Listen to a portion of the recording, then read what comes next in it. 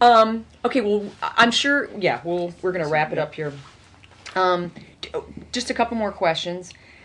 Are you aware of Anonymous, the internet Of course, activist yes, group? yeah. What is your opinion on what they're doing, and what do you see the end result being from all of this?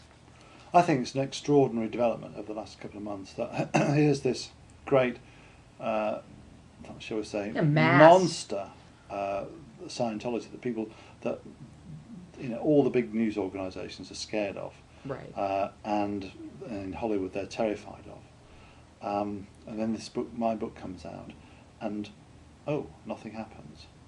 So everybody. I mean, if I've been asked once, I've been asked 1,000 times. Are you going to be sued for $100 million? Is your life in danger, and so on?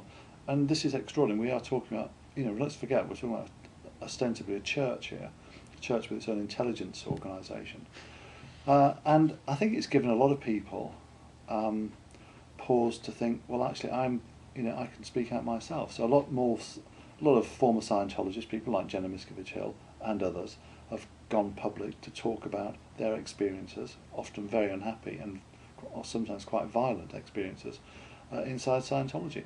More than that, the kind of bully boy tactics that they've employed, that they used to employ in the past, predating the internet, have now come up against, as it were, the first ever internet mass protest, which has been organised by Anonymous. It's phenomena. So what's happened is that old technology, that is to say a book, has sparked and inspired a new technology revolt against Scientology, not just because of its practices, but because of the way it is trying to repress discussion about its nature, about its policies, and about its effects on individuals. And and I take my hats off to Anonymous for the slick way and very modern way that they've organised kind of these guerrilla tactics against them, against Scientology, because the old critics who just kind of posted the odd thing on the internet were easily picked off. This group is far more effective and has given Scientology pause for thought. I mean, the interesting thing is, as a knee-jerk reaction, they're supposed to sue me, attack me, and so on. The fact that they haven't done so yet, and I'm touching wood, Right. means that maybe they've actually changed the philosophy or the policies of L. Ron Hubbard, which were vengeful and authoritarian and ruthless. And maybe they're thinking we're a bigger organisation than that. Than those times. And we can sustain these kinds of attacks. And quite frankly, a lot of people get a lot of benefit out of Scientology at low levels. If you want to give up smoking, if you want to give up, if you have problems with anger and in relationships, because often people are drawn to this organisation because They're vulnerable in their lives, and it can help them.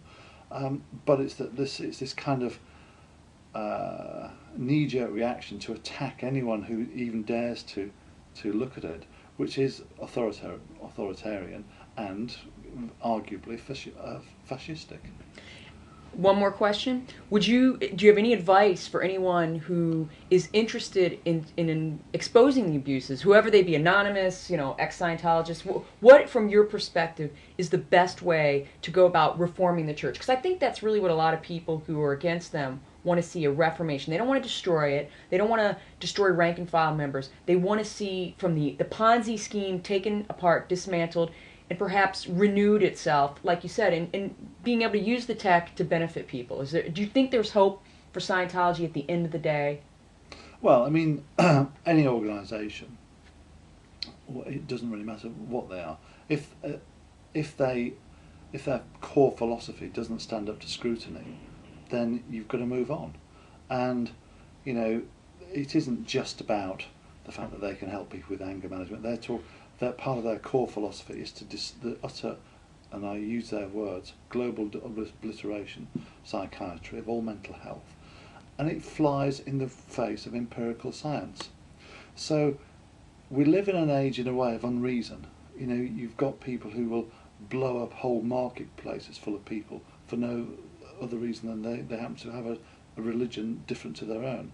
So in a way, Scientology, sadly, fits into the modern way. We've got our silicon chips, we've got our computers and so on, but it seems to me we're slipping back to the days before the Enlightenment, where reason, rational thought, empirical evidence are now discarded just for assertion, for ideology.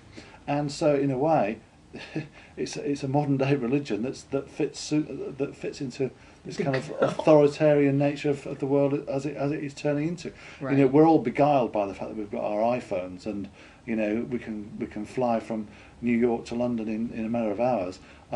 But you scratch the surface of civilization today, and it seems to me that it's gone back a bit. So, in a way, that's one of the reasons possibly why it thrives. People do not investigate things in an empirical or analytical way, and if they did do, they'd find that many of the assertions and claims of this organisation fell to dust. That's an excellent place to end it, and we're going to do a radio interview. So anything I didn't cover today, I will cover then. Thank you. Okay, my pleasure. You're wonderful. You're a very brilliant man, and you know, I think you don't get. I'll let you get started.